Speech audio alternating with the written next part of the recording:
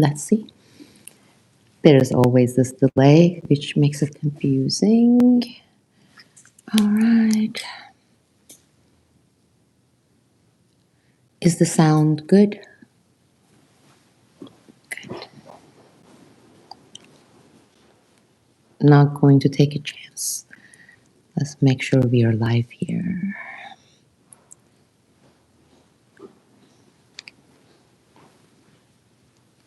Okay.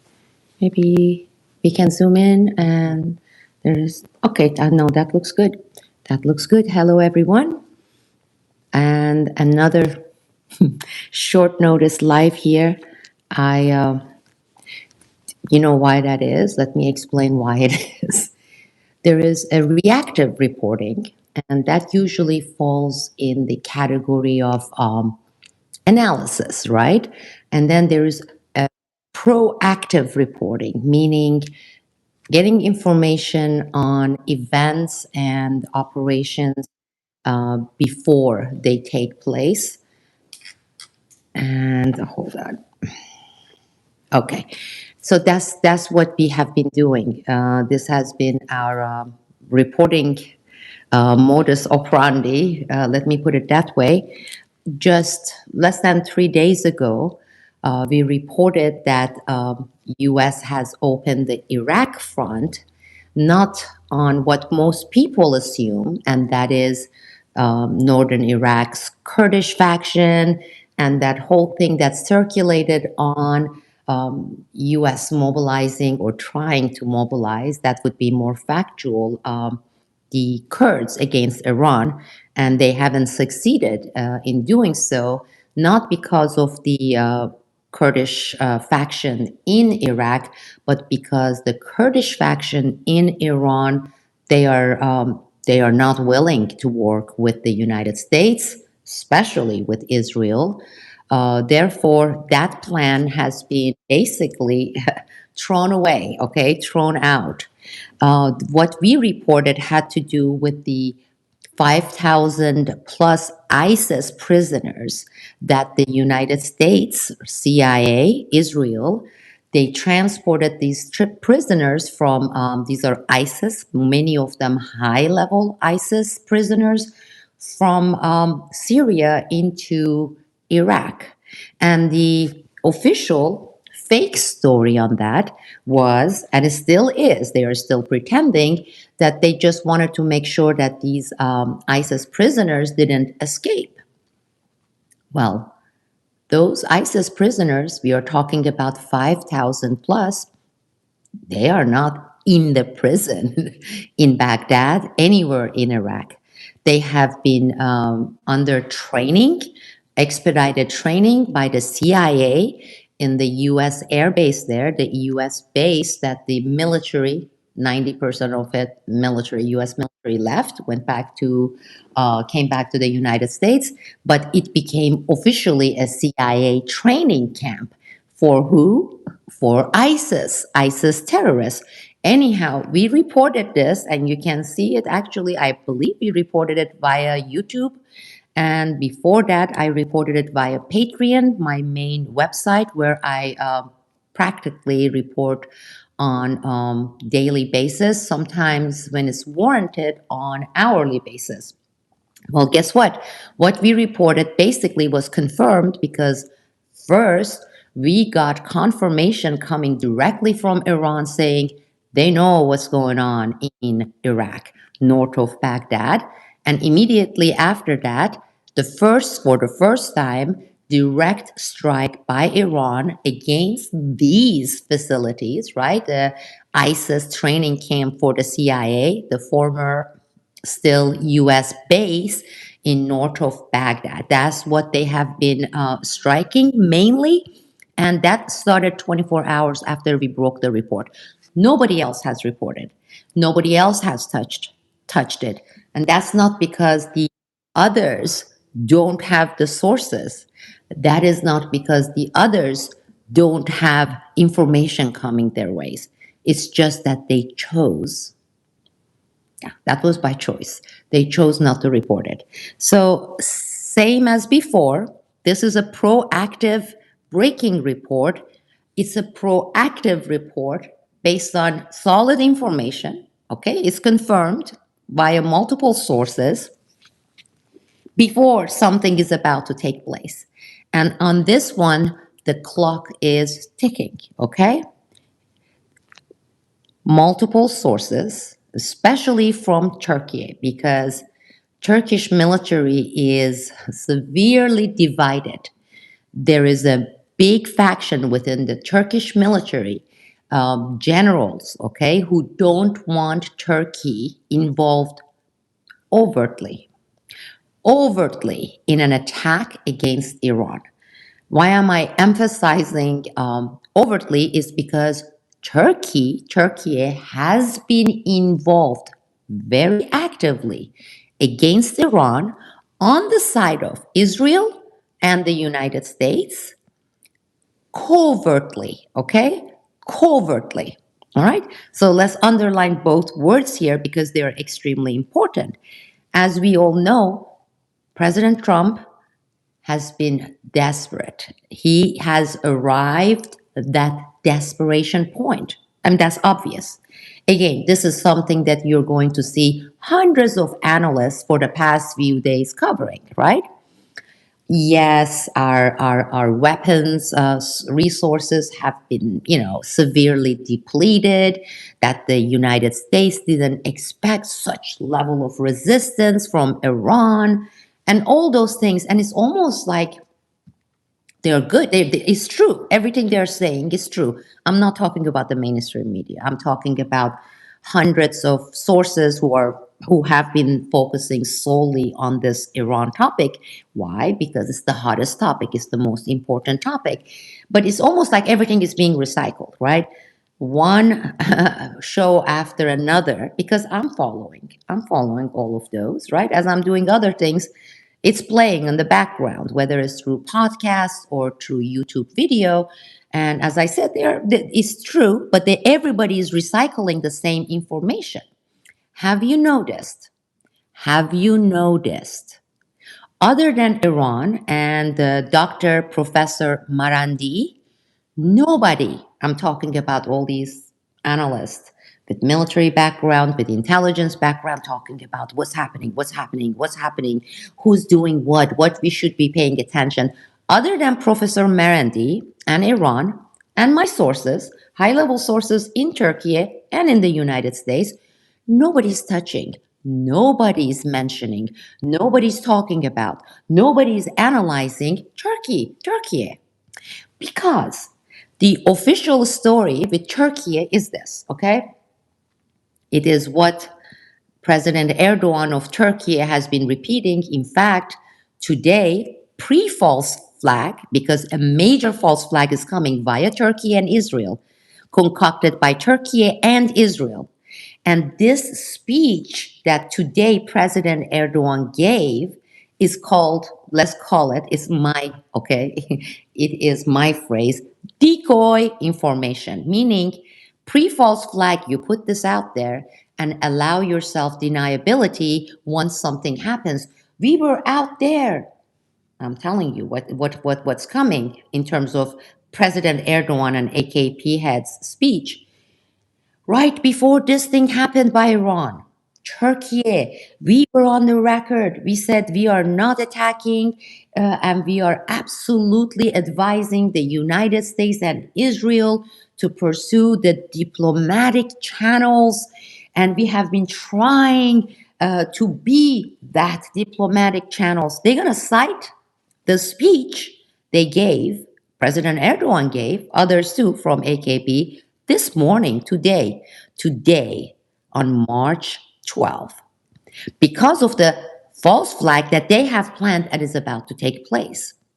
And do you know this false flag is, from what I have been told by multiple sources in Turkey and in the United States, my sources, those of you familiar with my channel, with me, you know about my sources, you know about my organizations, that false flag is geared, is Trump being desperate, Because Trump is desperate, pressuring Netanyahu, saying, you got to finish this thing up, wrap it up in the next 1 or 2 weeks. We can't go any longer, right? With that timetable and pressure, Israel and Turkey, they want to drag NATO officially, formally into this war against Iran.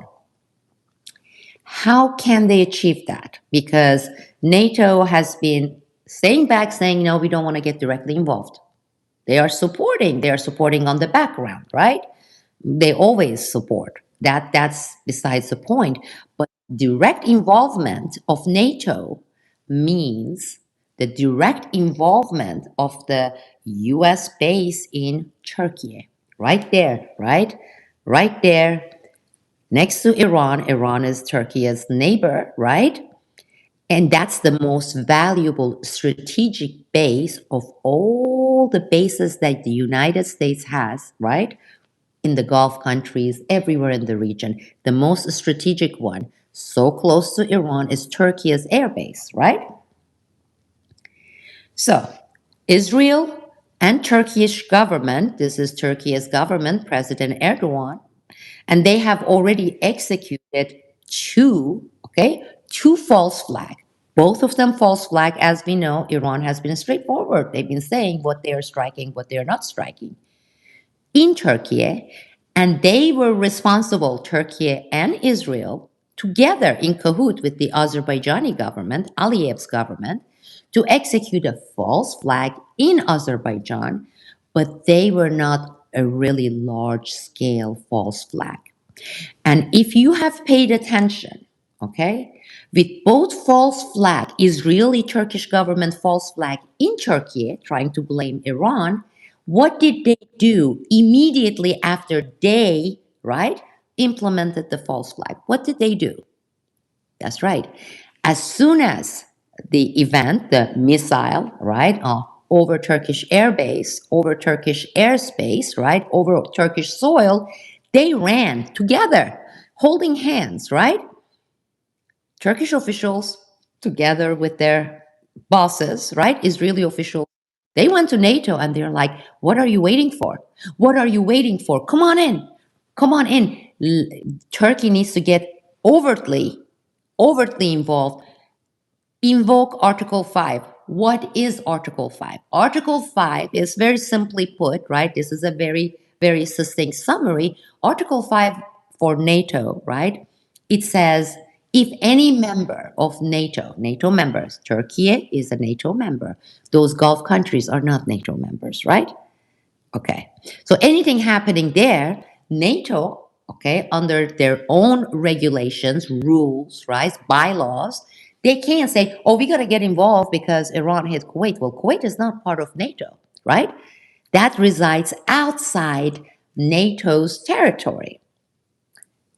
But on the other hand, Turkey being a NATO member, Iran's neighbor, being attacked by Iran, being hit by Iran, okay, faced major threat by Iran, that automatically activates Article 5 of NATO, meaning one NATO member is under assault, under threat, it has been hit. Therefore, all NATO members, right? All NATO members have to come in protecting, defending our brother NATO member, Turkey, and hit Iran and be directly, officially, formally involved in a war against Iran. Right now, NATO is not. In addition to that, what Israel, okay, and the US want, they want to overtly use the airbase, US airbase in Turkey, because you see what's happening in GCC, Gulf coast countries, right? All the bases are destroyed, they have been evacuated. Where do you think Jordan was hit? Kuwait was hit, is being hit, right? All these bases, US bases, basically are not really operational. They have been evacuated, right? And those countries have left by themselves, alone there, to fend for themselves. That's the price you pay for being a stooge, right? Basically, whoring your country to another country and saying, use our country for airbase attack, kill, do whatever you want to do. They have nothing, right? Iraq, US base, which was evacuated long before this, almost a year before this Iran war on Iran, is only being used by the CIA people and the ISIS, the 5,000 plus ISIS army that Trump wants to activate, has activated against Iran. And Iran knows. Iraq is being hit. Who's left there, people? Open up your map. I always tell my Patreon community members, by the way, here, much love. And to my members, I know many of my community members, they tune in during my live. And I'm going to look at the question at the end of this live session. Why? Nobody's asking. All these analysts, nobody is even uttering the word Turkey. Turkey, no one. The biggest base of all the bases around, Turkish base, US base in Turkey, right? Because also Turkey is the NATO member. So you would think with this desperation, all our bases are shut down, right? They are on fire, many of them. Our military personnel evacuated, right? Okay, same thing with Iraq. There is Turkey, right? Why nobody's using Turkey? Well, they have been covertly using it. But overt means bringing all the guns. NATO, the United States, right? Israel already has 3 satellites, okay? Active military intelligence satellites with Turkey's permission, currently operating against Iran in Turkey on Turkish soil, okay? Collecting intelligence on Iran. That has been in place for a long, long time. And it was not 3, it was 1 along the border, 2 more in Seoul, so now they are 3. Same thing with the CIA, the US military. They have been operational, but covertly. And now, in desperation, Trump, okay, Israel, they want Turkey to go overt. Well, if you were to right now do a survey on Turkish people, right, the people in Turkey, their stand, their opinion on Turkey's direct involvement in a war against Iran would be Erdogan, be gone, AKP, be gone, whatever government you are, be gone. We don't want this. First of all, 99% of people in Turkey, they hate Israel, rightfully so. Why wouldn't they? The genocidal, satanic, rabies inflicted Israel, they all hate Israel.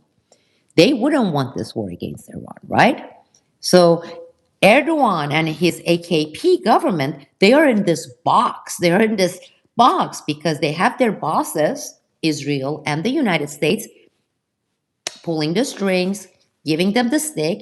But then they have to balance that against their people's wish, which is, don't you dare AKP, don't you dare Erdogan, we don't want it, right?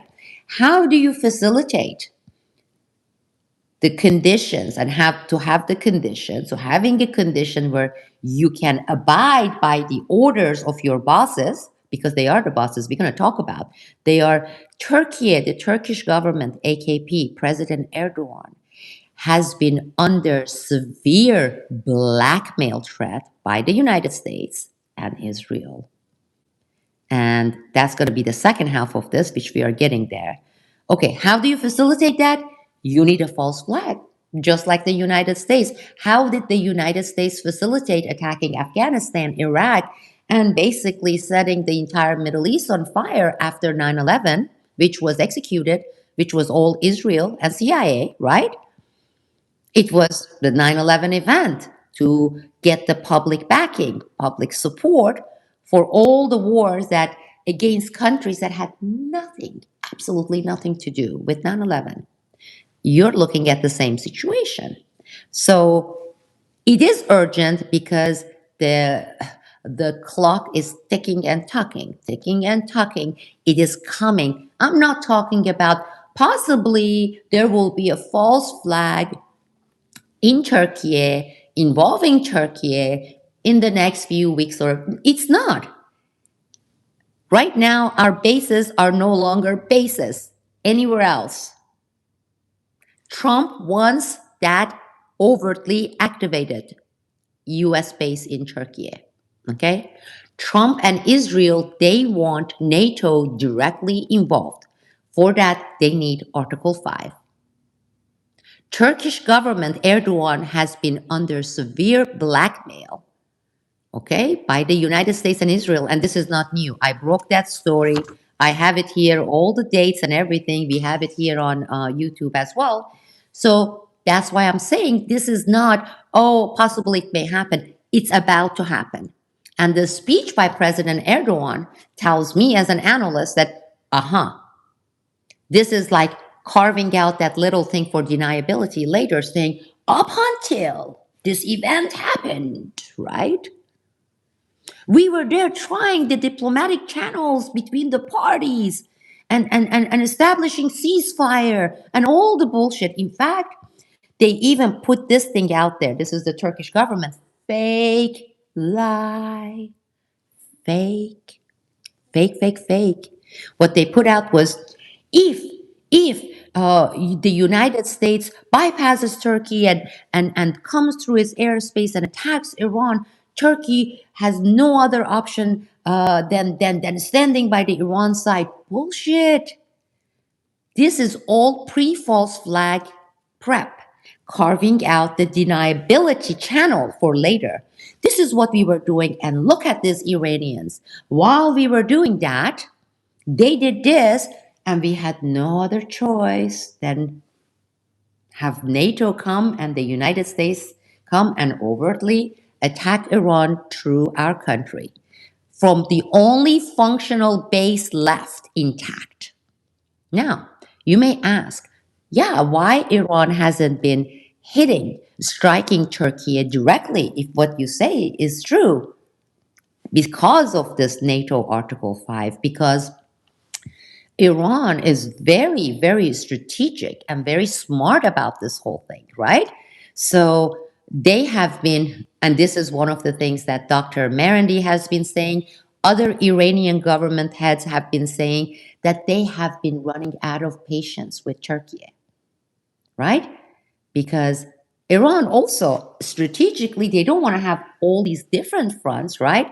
They are now, their fronts, Iraq, and then all the Gulf countries. So if you look at the map, that makes it far more efficient than having southern borders, right, in Baluchistan, which is, again, is extremely important. And again, ISIS is going to come handy there.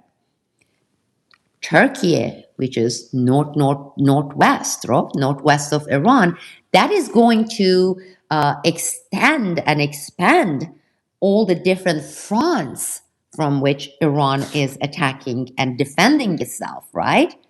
Now, they don't want that added, so that's one. Number two, they haven't wanted, and they have been so patient. They didn't want to give the excuse that NATO has been waiting for, and President Erdogan has been trying so hard to invoke the Article 5, give the excuse for NATO to be directly involved and for that airbase to open. So now you understand why they have been so patient. But pay attention. Again, none of these analysts are talking about it because either they don't know anything about Turkey, or again, they are being told not to talk about Turkey. I don't know which one it is. Maybe it's a mixture of both. With some people is one, with other people is ignorance. I don't know. But Turkey, the air base, when we have no other air base. So Iran has been putting out there, especially in the past 2-3 days, we are running out of patience against Turkey. And if you paid attention, the new leader of Iran, Khamenei's son, who is also a Khamenei, he several times, he emphasized, we are going to attack any country within our vicinities who is housing the US bases and aiding the United States. But the way they put it out there, because we know they have been defending themselves, right, against all the Dubai and all the UAE countries and Kuwait, etc., Saudi Arabia. But the way he put it out there was a loud and clear message to President Erdogan, Israeli stooge, saying, don't push it so much. Don't push it so much. We know what you've been doing. We know all about your 3 operational Israeli satellites, how you've been gathering intelligence, which transmits directly to Israel. We know all about that. We know all about the activities, covert activities via US airbase, right? Covert.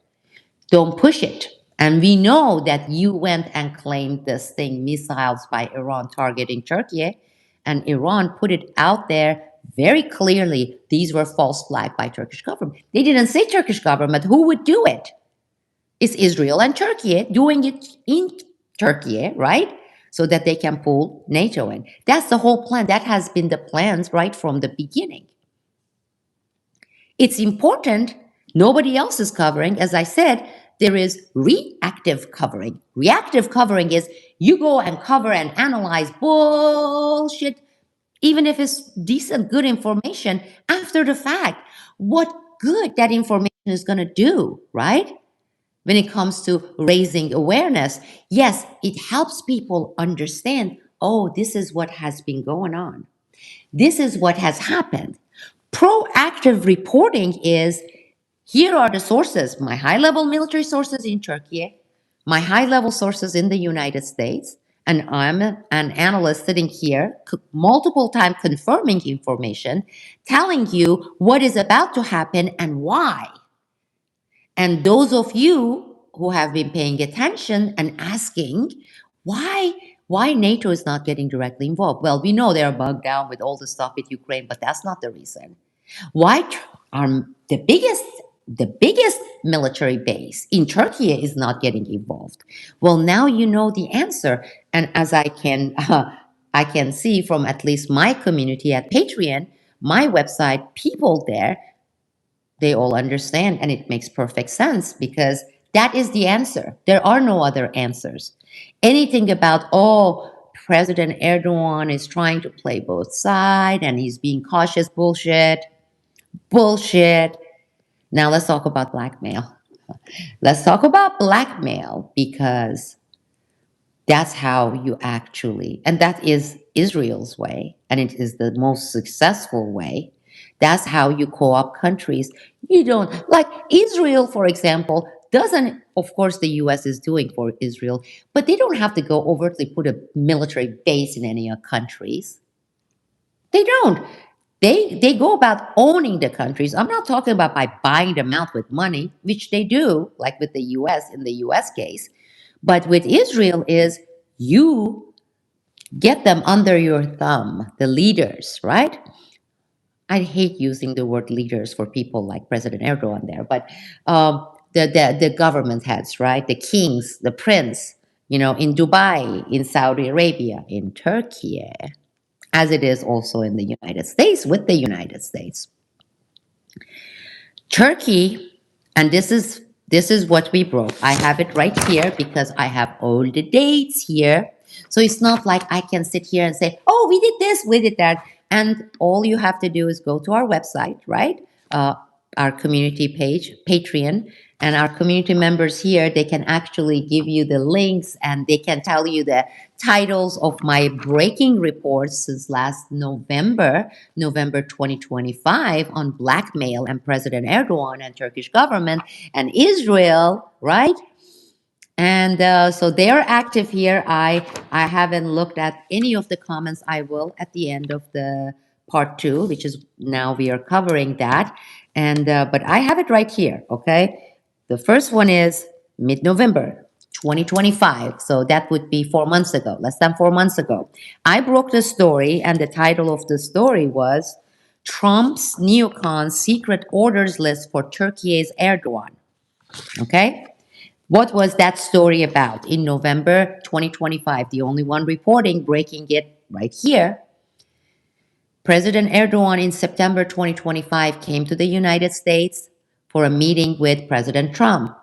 After all the photographs that they do, all the dignitary with Trump and all the brouhaha and everything, they went into a room, private meeting that lasted for a long time.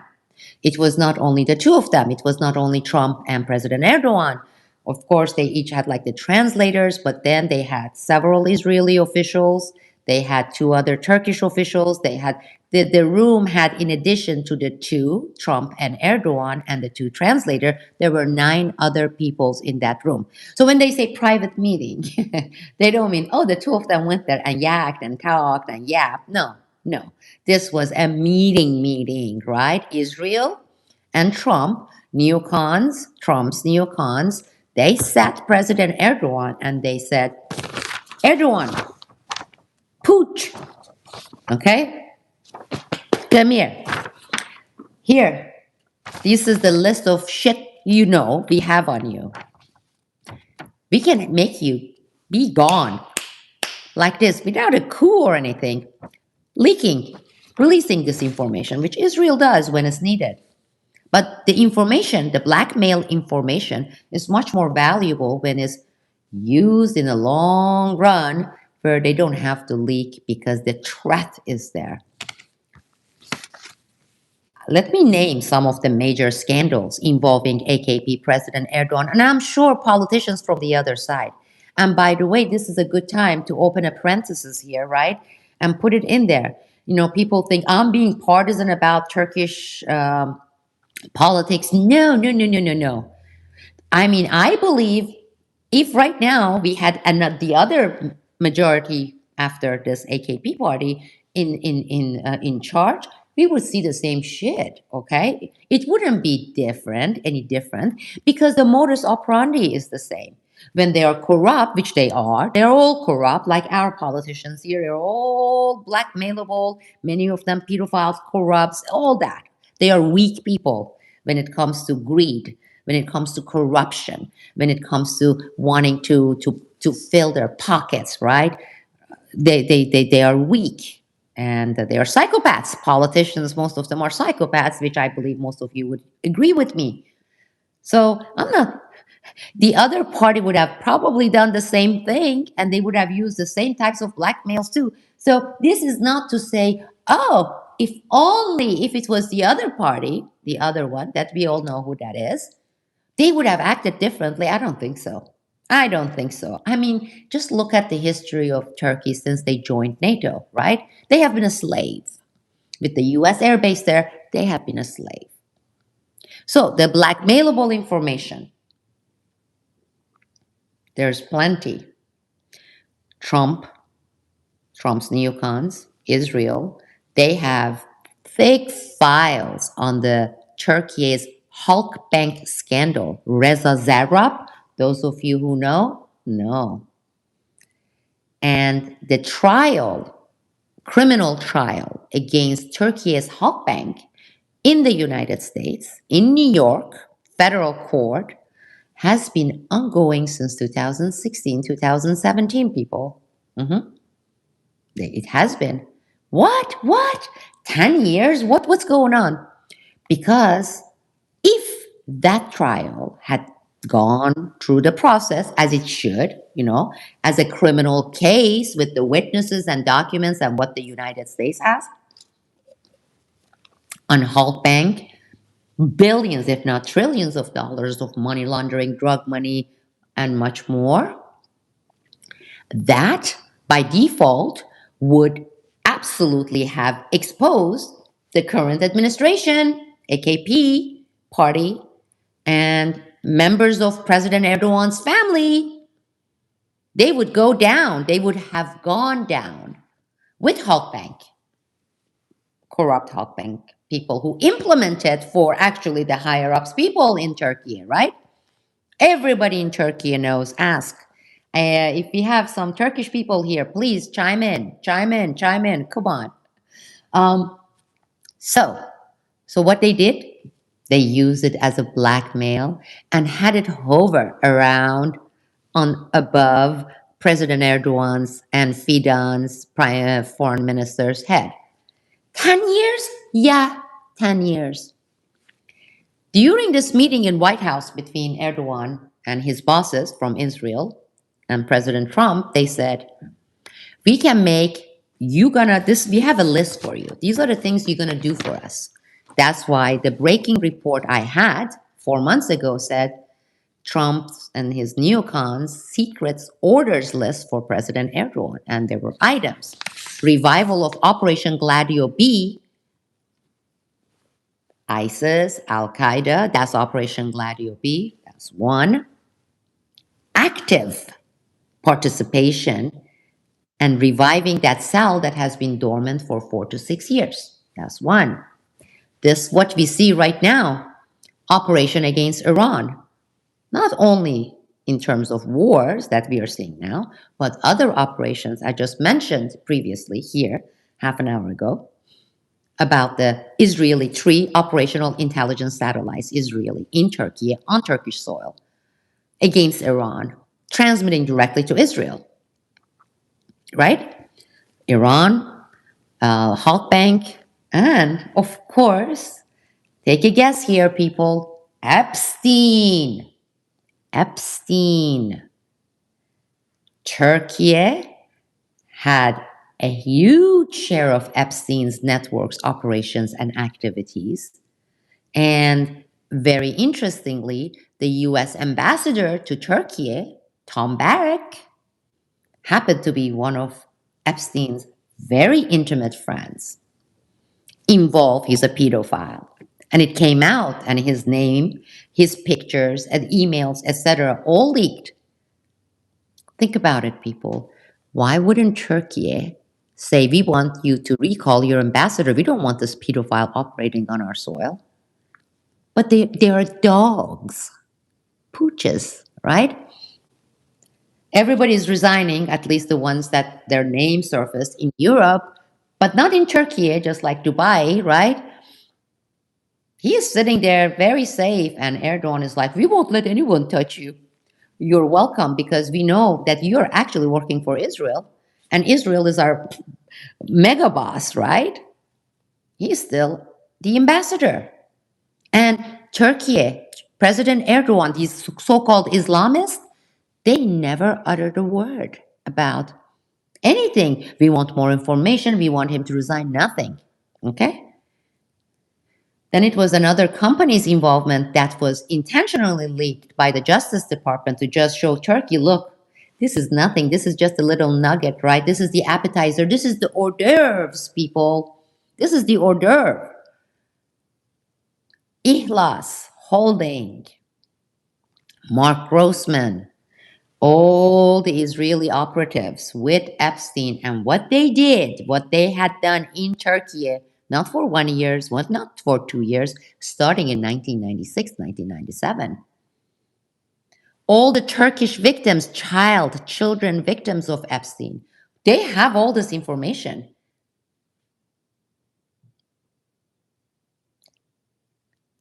Turkey, you don't touch it. We will keep this stuff hidden. We will go hush-hush, because Ihlas Holding is the buddy-buddy of the pooches who are ruling Turkey right now. So tons of blackmails. Turkey was given a list. I broke the report from my sources here in the United States, all of them from the United States, in November.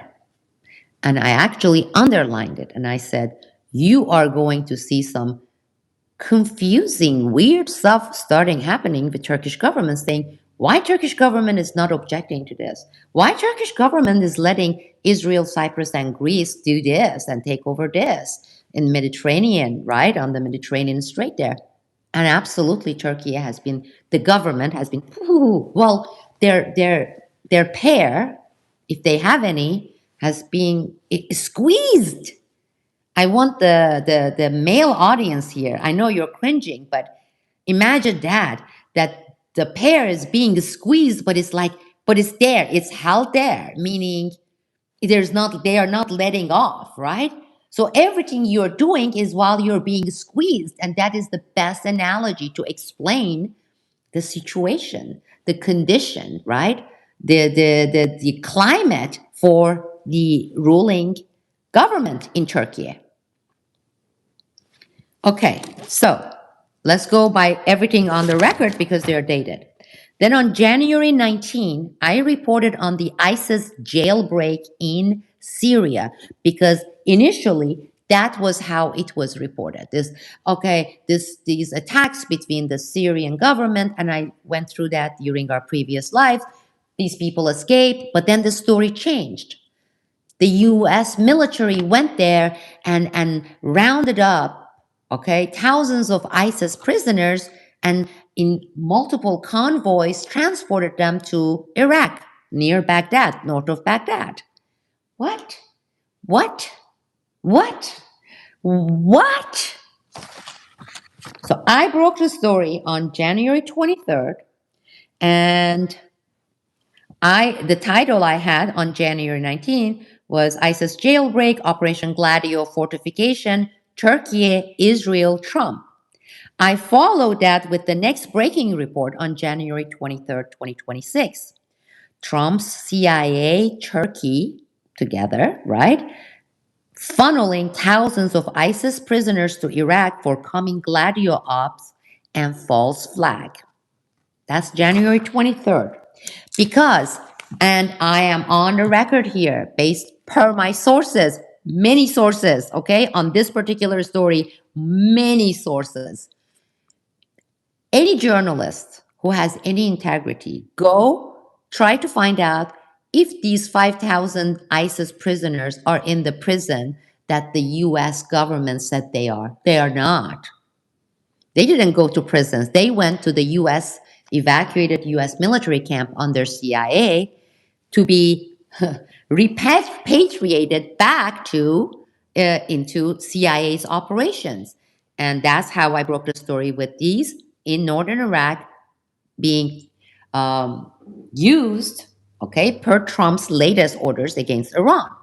And not only from the borders, from the Iran-Iraq borders, but also some of these ISIS terrorists are being funneled into southern part of Iran, which is right at the border near Afghanistan, Pakistan, Baluchistan. I keep emphasizing, underlining Baluchistan. Sistan, Baluchistan for Iran, the porous border region, right? Again, any warfare strategy, this is the country, right? You say, here's the southern, this is how we're going to come at it, right? We're going to come from the west this way and northwest and north this way, okay?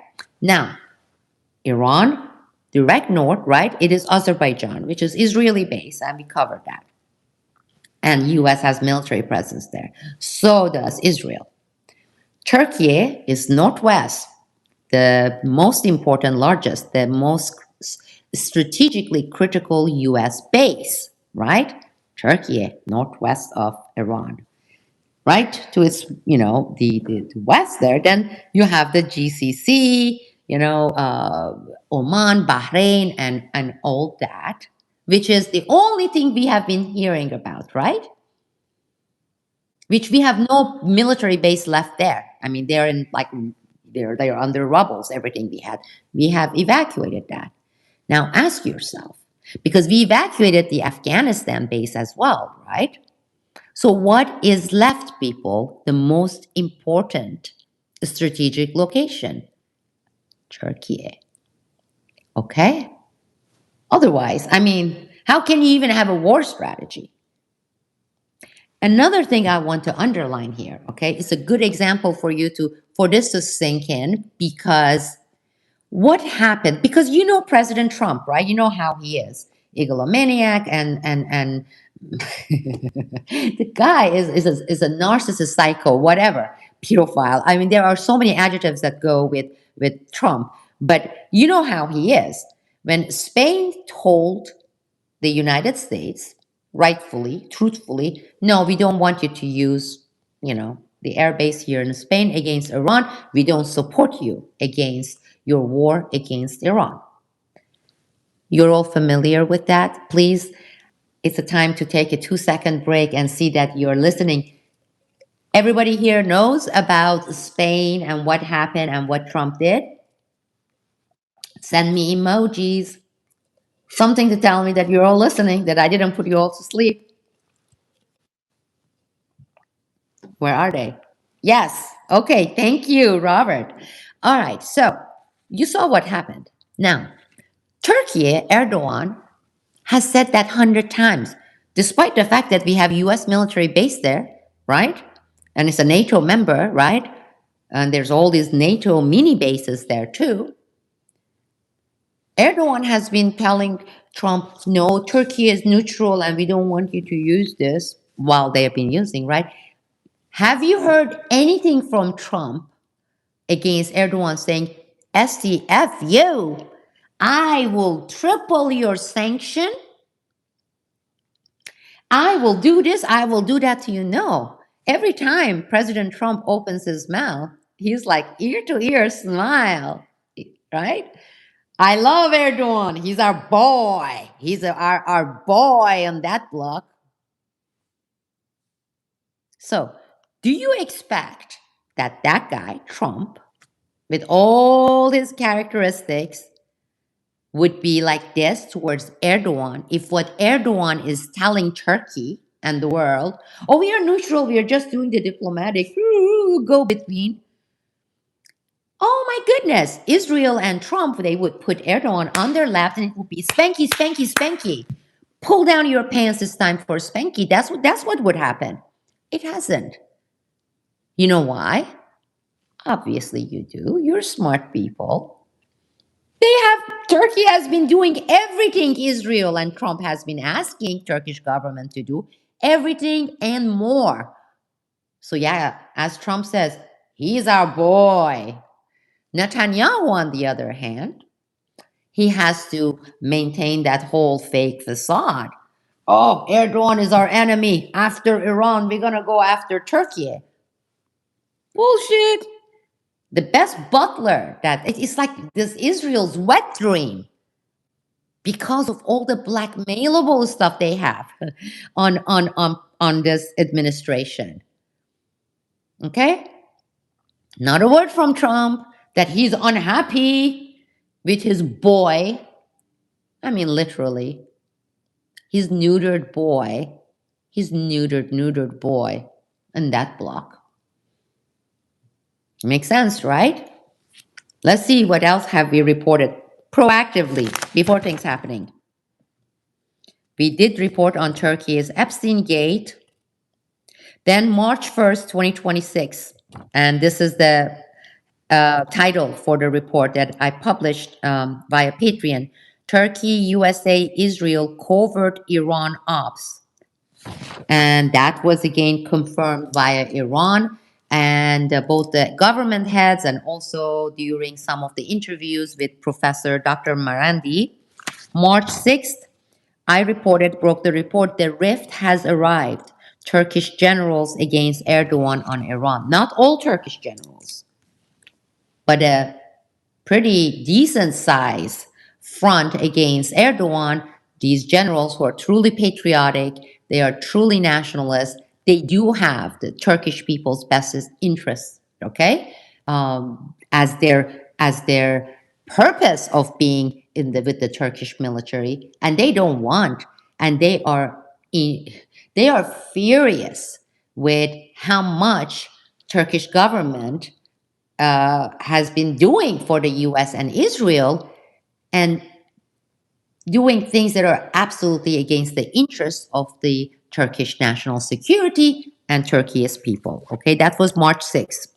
And between March 3rd and 6th, we had actually, again, my members from Patreon are here. I kept issuing warning before the false flag happened. Look for false flag, it's coming on Turkey. And that was immediately followed by that first fake Iran missile that supposedly NATO and Turkey intercepted, and it was not. It was by a U.S. naval vessel. That's the true story. And that missile was not sent towards Turkey. And then we had the Iranian government coming out on the record saying, this is an absolute lie. We never targeted Turkey, okay? And we would have told you yes. And meanwhile, they keep saying, we are running out of patience with you. Hello, Turkey. We are running out of patience with you. Why do you think they're saying that? March 8th broke the story on CIA's 5,000 ISIS armed men against Iran. And we reported that on March 8th, okay? And Iran, for the first time, started attacking exactly that region, right? The region that we broke the story on within 36 hours after we issued a report. It's not the Kurds. It's not the Kurds they were targeting. Everybody there who's reporting on it, they are lying. 5,000 plus ISIS and the CIA base using the former US military base, okay? And finally, March 10, after the strikes, Iran has started in the past couple of days, and especially today, being more urgent, right?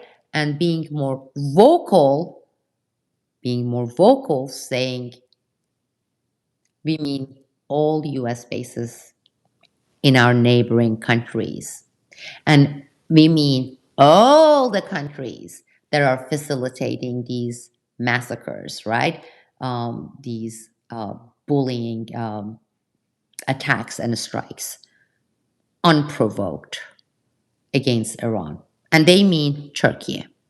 They mean Turkey. Back to how we opened this live session this evening. And proactive reporting, the reason for proactive reporting is that maybe is very small chance, maybe the percentage of it is so minute, this, as it did with Iran, paying attention to what's happening with this ISIS CIA camp in Iraq, that it would do some good with Turkish people becoming more vocal and taking a stand. And that has been an enigma, really. Of all the Muslim nations out there, the least active one out there demonstrating, being vocal about this in terms of protests, has been Turkey. I mean, that for me is mind-boggling. And so in hope that maybe there is a chance, they're going to come up with another concoction, you know? You expose, or I expose, or somebody exposes coming false flag, getting in the way of execution, if it does, which I don't think is going to happen, because they have to, this is they being Israel and Trump, have to bring in NATO and have to use the base in Turkey. There is no ifs or buts about it. There is nowhere else left. There is nowhere else left. Bring up the map. Sure, with some long-range planes coming from other bases, even in Europe, yeah. But right there next to Iran, especially if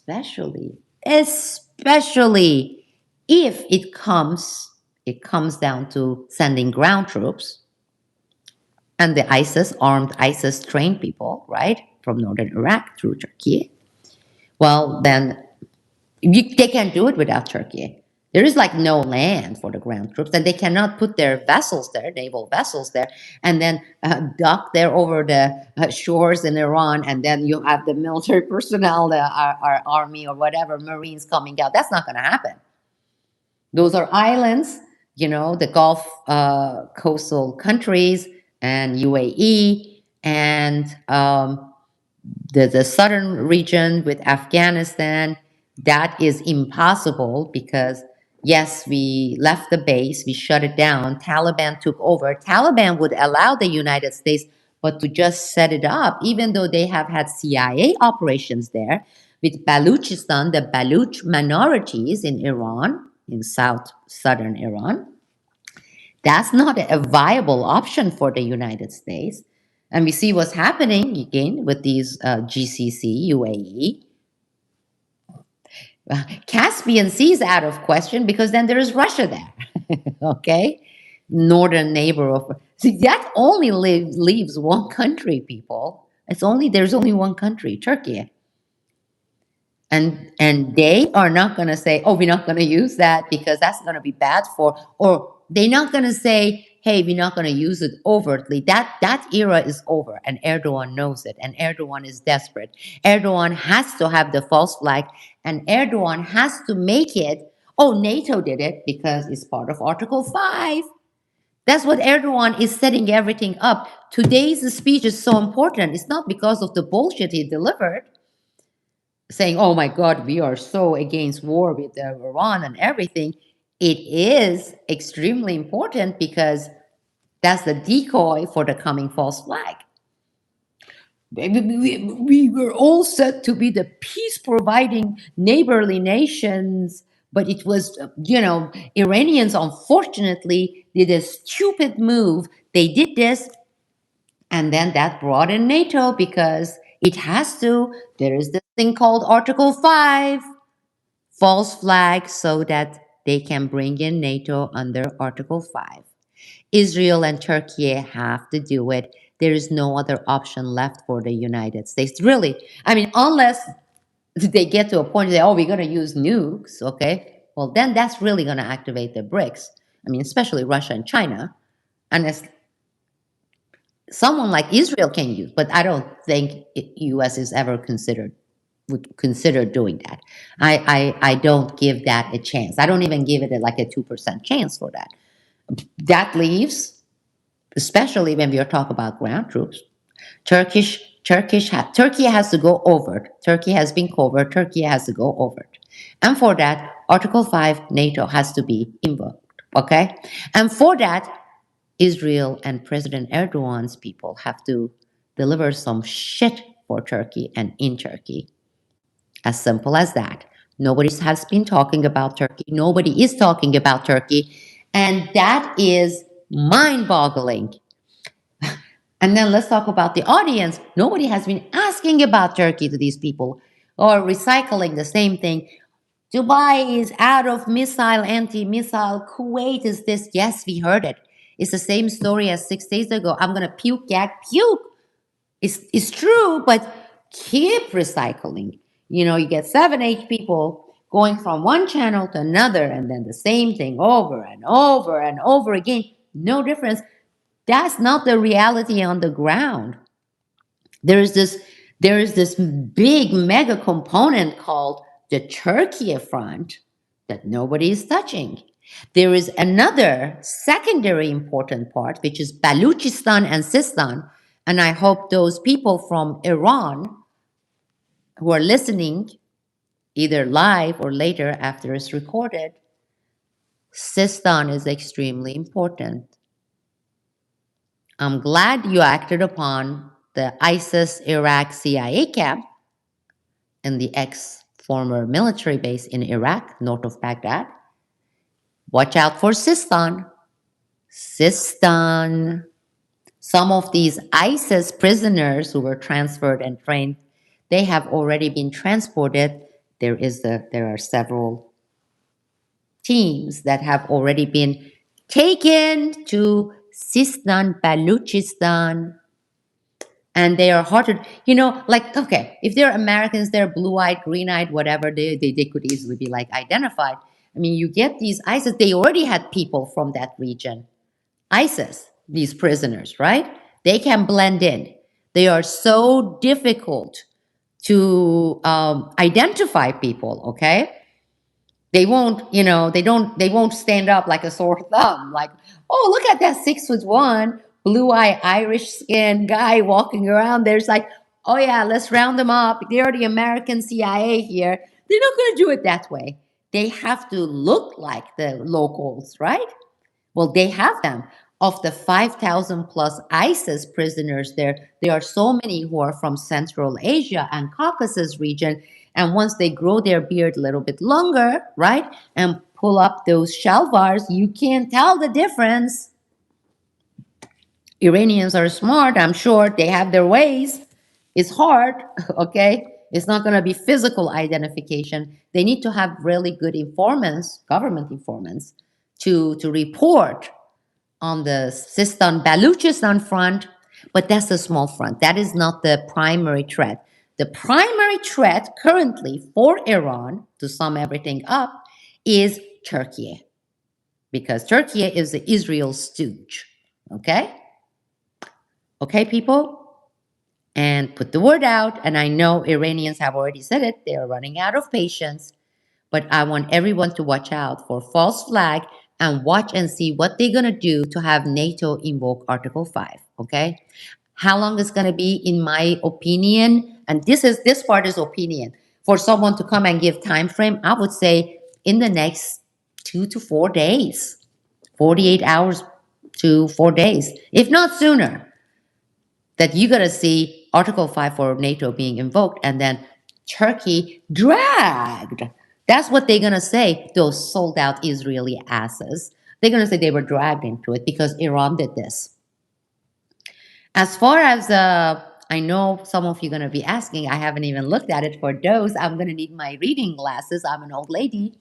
But what do you think about false flag in the United States? That will be a very hard shit to sell for the U.S. government. Would they love to have it? Yes, but especially after all the latest stuff coming out. I mean, these people are sometimes just so stupid that they may do it, but doing something right, pulling the false flag, getting a bunch of Americans killed. I don't think they're going to use drones. And these 5 drones, I don't know. First of all, I don't have any information from any source on that. That's so new. I haven't been really looking into the detail, but at its face value, it just sounds so fantastical and out there. Probably whoever concocted, they'd be canceling it soon, and they're going to come and say they found the 5 drones. That would be my guess, that it was a logistical mistake, some kind of a glitch with software. Speaking of glitch, another story that we broke that was confirmed within a couple of days, and more on it, confirming our original breaking story is going to come out. My sources within the U.S. Air Force, okay? And I reported it, and it's there on Patreon, it's there on X, that school strike on the Iranian school, killing 160 plus students, etc. in Iran. Not only that it was done by the United States, I broke the story that how that happened. According to my source, and for that I only have one source. That's why if you go look at my story, before the New York Times and everyone came out and said, oh, now it's confirmed the US definitely did it. If it's the reason I put there developing, I always try to have 2 to 3 minimum sources to get it confirmed. My story reported based on one source. Now, I trust that source, okay? That source, military Air Force officer, is already deployed. He's out there somewhere. But and it's someone that I know has integrity, but still I have to cover my ass, right? Because oh my goodness, they would love nothing. Turkish government, the government here, to come and put something like Sabal Edmonds like here or all this stuff. Okay, I don't want to ever face that kind of a threat. So I try to cover my fannies here. So I said developing, and I just put there. I'm waiting for more, other sources to confirm it with 100%. But what I reported was it was definitely the U.S. Okay, with the strike, but how and why it happened, they didn't know that they were targeting the schools. They have this shared targets operation mission with Israel that has been in place for a while. It's not a new thing, where let's say Israel sends intelligence and gives them the, how they have the codes for the geographic location that you go and you drop bombs or missiles to. Israel gives it to the US military. The protocol calls for triple checking on that, meaning, okay, Israel gives us, before we go strikes that thing that Israel gives us, the strategic location with its geographical value, etc., target value, we triple check it. That's military protocol. Of course, I mean, our military is a good, sophisticated military. We don't know why Israel provided that target intelligence, which is exactly the school, the Iranian school, as Iran Naval Logistic Office, the building that had all these offices taking care of administrative logistical stuff for the military naval forces of Iran. This is how they gave it to the United States. Somebody, it's not a mistake, it's not an oopsie See, we forgot to triple check it. Whoever is charged is a fucking Israeli larva. That's my personal opinion. That's not from my source, because they didn't do the U.S. Military. They didn't do the triple check that the protocol calls for. I mean, what I was told that within minutes of getting that, that place was placed as target, and then the U.S. strike happened against back to back against that Iranian school. So Israel, Israel actually made the U.S. do it by trapping them, but that is not the whole story. Okay, the fact that that location was given to them by Israel, 100% crystal clear, and everybody can see that. Oh, I would expect that. That's confirmed. What happened after that information was given, I don't know. We don't know. And that is espionage. That's treason. Meaning somebody in the US military decided to forego the double, triple checking protocol. And they went and they killed 160 plus students. Who's that person? Who's that person? Who's that murderer? You are looking at whoever is that person who has the ability to do that, bypass and call the shot. You're looking at the Netanyahu, Epstein, satanic, genocidal Israeli stooge, espionage, treason committing, infiltrating the US military and doing that. And that person should be hung, because that person would be the number one person to throw in jail, or, in my opinion, hang for murdering those children. And he's an American or she's an American. Okay, I don't know if it's a he or she. But they bypassing the checking, double checking, triple checking, that is the story now. Again, nobody has reported on this. I want you to put it out there, underline it, mark it. Okay, that's enough. It's been 1 hour. Let's look at see if there are any questions here. I'm going to start from the bottom, or should I start from the top? Because the top usually is the niceties, saying hello. Lucas is here. Glad to have you. Lucas, I gave interview to our common friend, and it went very well. We were talking for 1.5 hours. Surprise! Belle was talking for 1.5 hours. You gotta be kidding me. Jeffrey is here. Hello to you. Okay. Somebody saying LOL, but of course it was 1.5 hours ago, 1 hour ago. I don't know the context.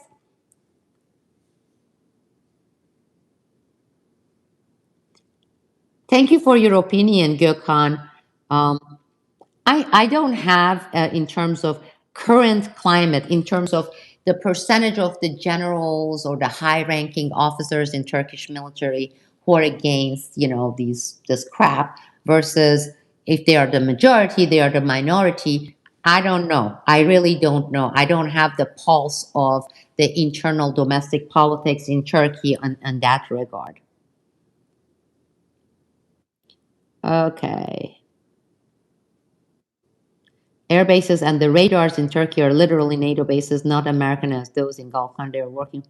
Israel even today, they have been operational. That's true. I mean, that is like splitting hair, because NATO, who rules NATO? Do you think the powers are equally distributed among NATO members? No. I mean, the number one, it's like the United Nations. Who rules the United Nations, right? United Nations has 300 whatever members. No, United Nations basically is ruled by one country, and actually we can make it two, because it's like Israel from behind, like coming and pushing the US and dictating to the United States. And United States ruling, they have blackmailable Epstein network. I broke that story 5 months ago on the Epstein's United Nations network. So NATO is the United States in terms of who rules NATO. There is no ifs or buts or any questions on that. Okay, so Sicilitsa, and today it seems the defense of South Korea was, yeah, that TADS from South Korea transported, that started taking place, the transportation, 48 hours ago. How is called, Luko? I think it's called Incirlik Air Base. Devi is here. Hello, Devi. Yeah, once the recorded portion comes up, you can do it from the beginning. It's going to go up there. It's going to be immediately available, I think. Okay. So I don't see that question per se. So I don't want to kill your time here, dragging this. Okay. Epstein, who's yeah, who's that? Hello, old Lucha. Epstein who? Because Epstein, nobody's now talking about Epstein. And it's really interesting, people, because even with all the stuff that is happening right now, there are like connections to that whole, because Epstein is all about the deep state, right? The deep state, the real governance, okay, world governance. And by world governance, I don't mean just the US, I don't mean just Turkey, I don't mean just, world governance. Yeah, when you say the global deep state, and I believe they govern just from above everyone. And Epstein is the representation of that. And even this thing with Turkish government being maneuvered like puppets, right? Per blackmailable information, because that carries a lot of weight. How can you remain in power if that kind of information is leaked on you or about you? Okay. Even that is playing into this Iran stuff, because without those blackmailable information, granted, it's not all of it Epstein, but a lot of it is Israel, right? You won't be able to as easily govern the governments of these nations. So they are all in many ways linked to Epstein. And you're right, oh Lucia, Epstein, how on like right now, everybody is talking about Iran. Okay, naturally, look what's happening. The oil prices hit for the first time plus 100 is over $100, right?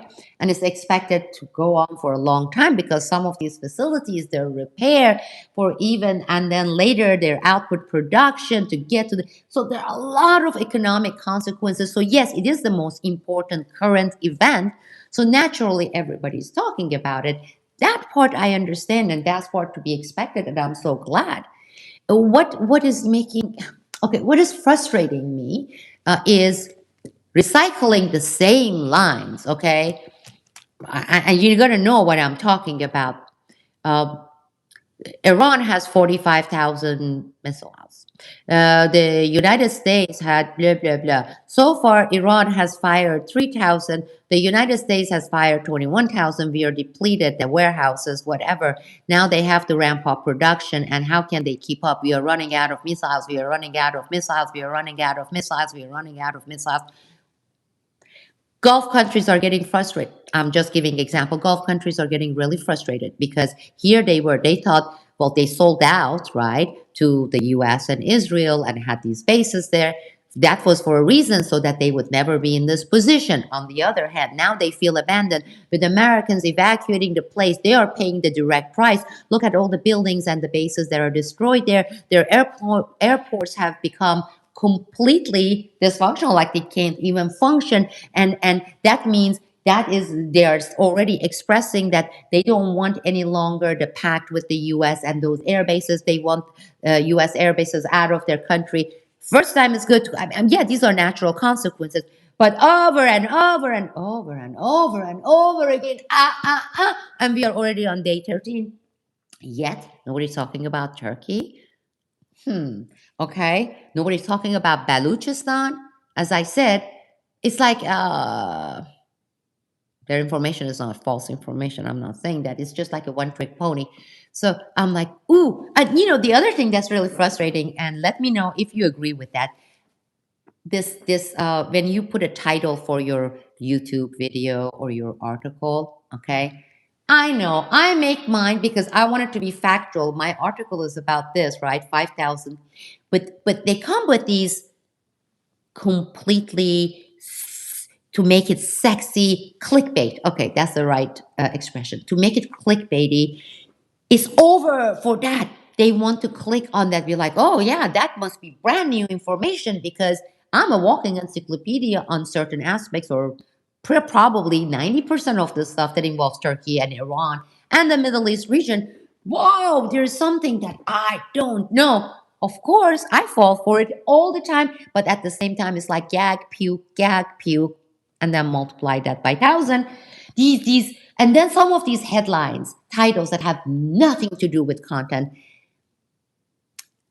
I hate it. Okay, I just can't stand it.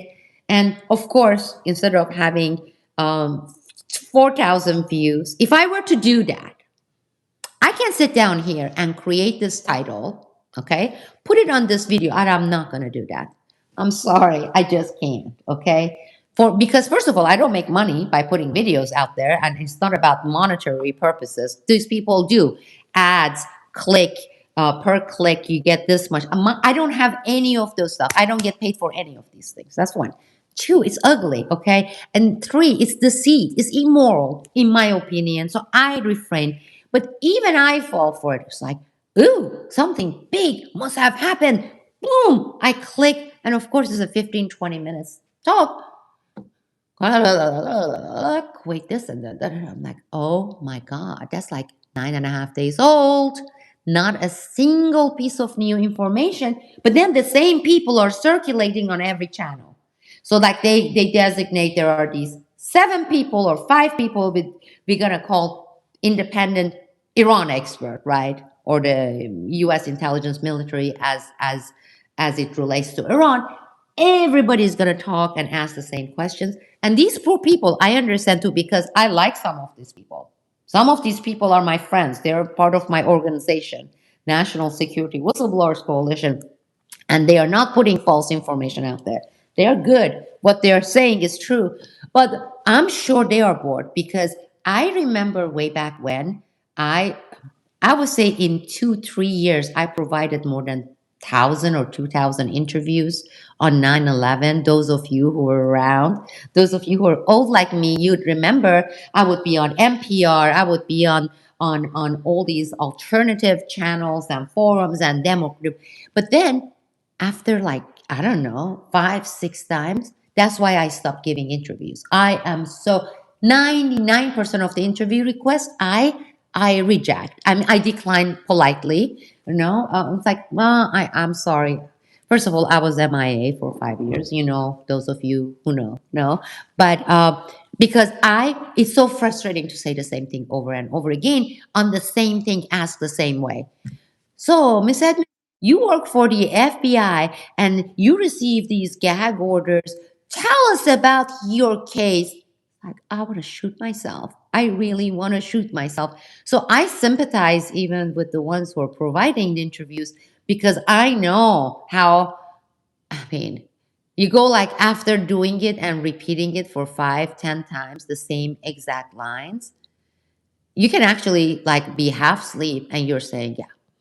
And of course, you got to talk about what do they mean by escorting the other, ships. The U.S. can't do that. First of all, Navy would say itself no to Trump because they don't want to be the sitting duck there. The moment they're there, they know they're all going to be dead. So that is not going to happen. But then look, here are the countries that got the permission from Iran to pass through the Strait of Hormuz. And that is India, and then there's China, and then there is like, okay, so boom, boom, boom. They list those, and then you're looking all that. And Japan, let's talk about Japan, but then South Korea. Iran gave permission to South Korea, but on the other hand, U.S. has a base in South Korea. How come Iran made an exception to South Korea? Shoot me because I can get so easily like, okay, I'm suffocating, I'm bored. But Turkey, and that's not because I'm a Turkey expert, because look at the map, people. I always say that. I know. I mean, my Patreon friends here, they know. People, make the map your best friend. Take the map, look at it, and think. In no time, I mean, especially my friends at Patreon, intelligent people, you can figure everything out, a lot of things out just by looking at the map. Yeah, AI images, exactly, Robert. So it's driving me nuts. So because I go through a bunch of places that they are decent, good to just read the articles. I'm still an old fashioned. old-fashioned old lady who likes to read my articles, think about it, underline it, da da da da, all that book market. Then the second half of day, while I'm doing things, I'm cooking, I'm doing other stuff, I have these videos. And how do I select? I'm like, okay, the person they are interviewing is a good person. Okay, let me give you some of the people I like, that they are putting truthful information. Okay, because I usually don't like to give names if I'm saying something negative. This is positive. These are the people who know what they're talking about. A, when it comes to Gulf nations, right, and U.S. intelligence capability bases and military bases there and Iran, Larry Johnson, former CIA. Larry Johnson is a member of my original National Security Whistleblowers Coalition from 2004. He's good. He's very intelligent and he knows what he's talking about. You know what I'm saying? Larry is a guy who knows Iran in terms of been there, done that kind of a thing. And Larry Johnson has a lot of sources, like real sources, especially from the intelligence front. And Larry has always been really outspoken on Israel. Okay, he's not one of these nueva ones now that is safe. Everybody can bark, bark, bark together collectively on these genocidal people, right? Some of us were doing it 23 years ago, and we were called anti-Semites and everything. But Larry Johnson on Iran and his analysis, and then when he's evaluating from the intelligence military angle there, he's doing a good job. He knows what he's talking. He's not a bullshit artist on that. It's like A plus plus plus for everything he says. He hits it on the nail, right? Not a bullshit there. You don't get something covered tilted. That's good. Of course, Colonel Wilkerson, he, of course, from the military aspects of it, even to a certain portion, the State Department aspects of it. And also, the other thing I appreciate about Colonel Wilkerson is he is not one of those people who tries to constantly be tempered and measure his stuff. He just says the truth, boom, boom, boom. And, you know, he's not one of those colonels out there who are also trying to watch out for their sidekick jobs contract with this, because you would lose those contracts like in a second if you really talk the talk and you're not very measured, measured in a negative way. So Colonel Wilkerson, he knows his stuff, and he's astute. He's really good. Who else is out there? Colonel McGregor is out there. The guy, anything that he talks in terms of military assessment, sound. Okay, I mean, the other great thing, I mean, to pay attention is like all these people who really have substance in terms of information. They happen to be like my generation or older, meaning you really the BS artists and stuff. They are tend to be like under 60 years old and everything. So these people, like, they have weight. And oh, who else I watched the other day? I like his sense of humor. He was a friend for a long, long time before I went MIA. A journalist, analyst, Pepe Escobar. So I have tuned into some of his analysis. Again, Pepe, he's not one of these nueve people who have popped up. Pepe Escobar has been covering, and he's been to Iran multiple times. He has stayed in Iran. He knows the culture. He was always been called like the roving journalist. Pepe is great. I like Pepe. Now, of course, Pepe has to put his own interpretation, as any analyst would do, right? But Pepe has been on several channels, and he's very good. So what I'm trying to say is there are some really good people with solid either military angle or the journalistic angle or the intelligence angles doing some really good work. Not all angles, nobody's touching. I'm the only one, blah, blah. Find me, send me anyone else who has been known as a solid analysis provider on Turkey, Iran, okay, or Baluchistan and Iran. And I would say, God bless you, because I feel so lonely here, okay? And the other thing that is also sometimes makes me kind of, I don't want to say cringe, but it's kind of difficult is, have you noticed everybody's a guy, right? And gender-wise, yeah, everybody has penis. Anybody who is like, oh, okay, analyst, with the information, there are no women.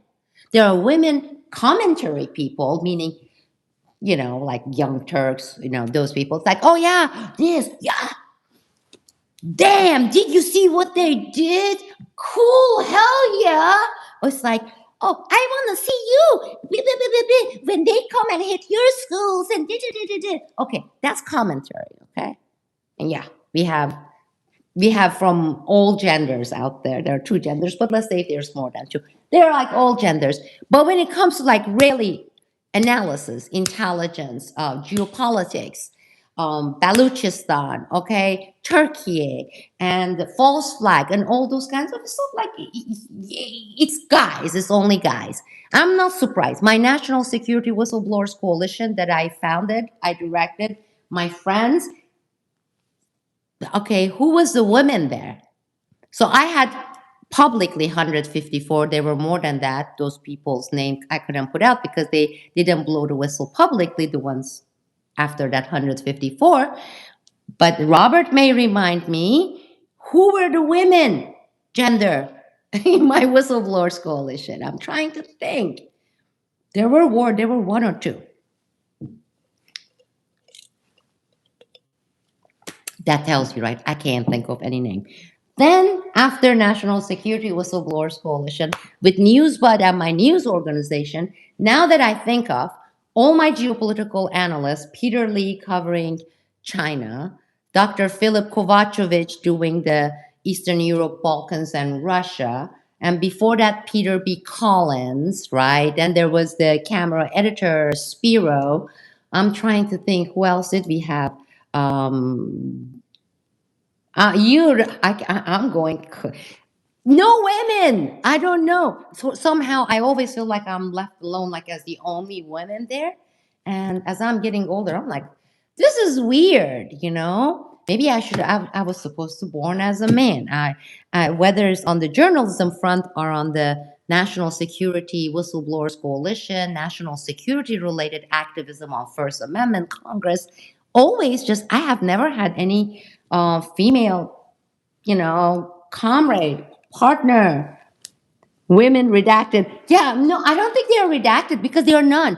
Because I have never come across women, and I don't want to overgeneralize there. I'm sure there are some place, somewhere, who express interests on the geopolitical, military intelligence aspects of things, whether it's, Iran we're talking about, or if we're talking about Xinjiang region or Afghanistan, for various reasons, the field, right, the field of geopolitics in that regard, um, and the journalism associated with it, analysis associated with it, it is attractive to guys, and for exact the same reason, the opposite of it being not attractive to women. It's like I don't care.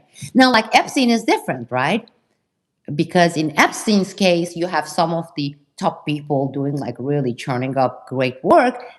From I haven't really delved deep into it. There are a lot of them are women doing great job and exposing on Epstein, right? Um, like those kind. So I don't want to even mention it because it can be then construed in the wrong way. It has to have more of it. I don't want to say soap opera quality to it, okay? Because then it would be, I would be like the Salem's witches. Like they would burn me. I know how that goes down. It's like Sibel said that bitch and all those stuff. But they tend to get attracted to the things that have more sexual element into it, like, whether it's like the pedophile aspects of things or affairs or like that kind of things. But the geopolitical, like, okay, warfare strategy. I mean, I took so many courses. I always loved it because it's fascinating, both in terms of thousands of years ago warfare strategy. Let's say warfare strategy during the Persian Empire. I loved reading books on that. Then it was Ottoman Empire, right? How did Ottoman Empire differ in their and then of course before them you had like the Romans and the Greeks, right? Then you go through the personalities and the like World War I and Machiavelli. I ate it up. I loved it because you have to understand a lot of those like deeply in order to understand or have a better chance of understanding what the heck is going on, right? Because when it comes down to what the heck is going on, it also applies that is it also or mostly about creating this global chaos, right? Think about it. That is depleting the US, is causing all this economic hardship. Of course, there are some people who are making billions of dollars because they knew exactly what was going to, or pretty much not exactly going down. So they got their investments, they got their bets on the oil stocks, right? They have overnight, I bet we created multi-billionaires just 3 days ago, you know? So there is that aspects of it too, as it is with everything, right? Follow the money, right? Follow the money. But COVID, right? Okay, so it benefited the big pharma, but the global chaos and then the global control, and it was everywhere. It was not just China was in there. The BRICS members were part of it, right? So it was not like, oh, this thing is happening only like in this countries. No, that was like everywhere to everyone happening, right? Designed by design, I believe so. And the same thing is true. The level of chaos in the region, but just like earthquake with the aftershocks, the consequences of it for Japan and Japan's economy, right?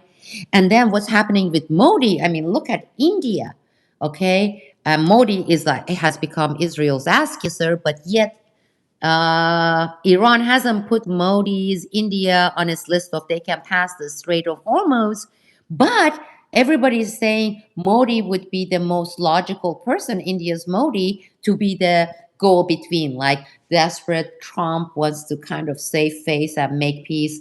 Iran would be foolish to make peace because we know what happens. And I already explained my even back then I said hitting Iran not in one war, but let's say 4 to 6 wars, and make it erode, right? The erosion happening with each attack, like the 12 Days War, and then this, right? And then 3 months later, another one, knowing that on war number 4, right? The strike group of strike of number 5, it will be finished. Not at once, but in incremental war, okay? You hit, then you say, oopsie daisy, okay, let's make peace. Don't make nuclear stuff. You go your way, we go our way. Then you come back 2 months later, bam, bam, bam, in the midst of a negotiation, right? That's a strategy. Now, fool me once, shame on you. Fool me twice, shame on me. Iran fell for it. Maybe it was gullible, wishful thinking. We don't know why. Okay, I don't know why. Okay, but I can't see Iran falling for that again, especially when it has gained some sort of a momentum, and that itself may be illusionary because who, in terms of a superpower, a good war strategist, military, would really wants to play their card publicly, right? Meaning, the obvious stuff we should be, I think, cautious about saying maybe that's a decoy, right? I call it the decoy information or the decoy appearance or the decoy speech. Lately, in the past 5 6 days, decoy has been my word of choice, people at home too. That food is not a real food. That's like a decoy. I want the main dish, right? Like the main thing. What I'm trying to say, I just, sometimes you kind of zero in on a word. That happens to me. I love words. And then in the past 5 days, especially with the war strategy with Iran, sending all these drones mixed with decoys, right? So you get these intercepting missiles, being wasted of your enemy, right? Because you're hitting, because you don't know which ones are real, which ones are decoy, right? And that got me into thinking, saying, well, we have information decoys too. They put this, like the speech that today President Erdogan gave. The best way for me now that I'm into the word decoy is the word of the month for me. I'm like, that was a fucking decoy speech, knowing what they have been doing with the coming, they need the third false flag and bring the stuff. So thus the phrase. I have no idea how I ended up here. It was Robert agreeing with me. Those labels and the titles and the headlines for these videos on Iran. I'm like, that sounds different. Because let me do. That got my curiosity, interest. I click, and it's the same thing, and I go, oh my god, that's so boring. Because that, and then there's so much that hasn't been talked about. Oh yeah, well no, she was there temporary, Robert, and was out. Oh my god, those people. Imagine her and spend the who's Whitney Webb. Here is the thing. Catherine Austin Fitz, she's still around. I hope so. Catherine Austin Fitz was one of the first people to interview me.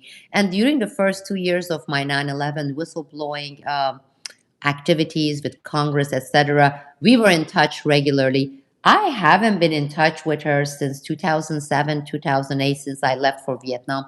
So that's like 20 years. She's solid. Now, Whitney Webb, I haven't been able to find her biography. You know what I'm saying? So, can anybody here copy paste her biography? Because hear me out on this thing. As I said, let's say if I'm focusing, which I won't because it's not within my expertise, on money laundering and financial stuff, um, I need to have a background, either or, and, right, in forensic accounting, financial expertise in terms of education, degrees, and all the stuff, work experience at least, either in those fields. So it's so for me important. Like I go and I try to dig on the background biography of people. Like what is this person's work experience for that person to develop expertise on? I'm just going to throw in here the modern warfare since World War II. Okay, all right. So what am I looking for here? I'm looking for people with military background, but not at the entry level, West Point and experience at least being deployed for 2 wars, things like that, right? Then I am like, okay, so I can now say linguistic abilities, for example. Okay. If you're covering a country, like we had Peter Lee as one of my analysts for China, right? Well, Peter Lee had lived in China for 10, 15 years. He spoke Mandarin, right? And then his background was also in finance, econ. So why that I hired, he was one of the contractors for us, News, but because of his pedigree and work experience and track record on that, right? So I haven't been able to find. Okay, somebody is posting here. Ever met the Spellman Joan wasn't to get her, and I still don't see a bio. So I tried. Like some people sent it to me, and I looked, and I couldn't find anything in terms of if it's on the on the is the computer expert, AI expert with a degree, work experience. There seems to be like a blank that I haven't found. And like the reputable people, at least that's in the classical term of journalism, analysts, etc., they put that person's article or the interview, then there is a link to that person's biography, which is like a shortened CV that says, oh, okay, Sabal Edmonds is a mutt. She was like Iran and Turkey and speaks and certifies in these languages. These are her degrees. These are the jobs she held this many years with this. So you kind of see it all in one place. I haven't found it for this poor woman. So because of that, I'm like, I want to be able to know I am now looking at this person's work because I want expert on military warfare in Middle East, right? So and nobody has been able to send me any. If a guy should be wearing a hang zone with a CIA, okay, okay. All right, I don't see any questions, people. As always, I want to. Rome is always Rome. Yeah. I want to thank you for joining me in such a short notice. I'm always welcoming your ideas, your suggestions, your opinions, your criticism in terms of how to make it better, right? How to make it more interesting, how to make it more interactive, and all those things. So, let me know. And the one final note here, everything, all my breaking reports, everything has been made possible because of our monthly subscribing members who voluntarily have subscribed at Patreon. And I have pledged to remain open until April, May, making everything open to everyone as long as we see the percentage of our voluntary contributors, monthly subscribers go up with it. So we have like another month or two to continue this way, have everything open. I'm counting on those of you who can subscribe as monthly subscribers and pay whatever you can monthly. Those of you who can't, still subscribe with no money. Everything is open and free for the next at least couple of months. And again, I want to thank all my supporters, all my friends here, all of you activists who are sharing these links and raising awareness. Love you all. Much respect to you all. And please stay tuned for hopefully more breaking reports because I haven't gotten anything since this last final one that I just delivered. But as things come my way, as I confirm them, I will report and I will share them with you. Thank you all. Miss Ala.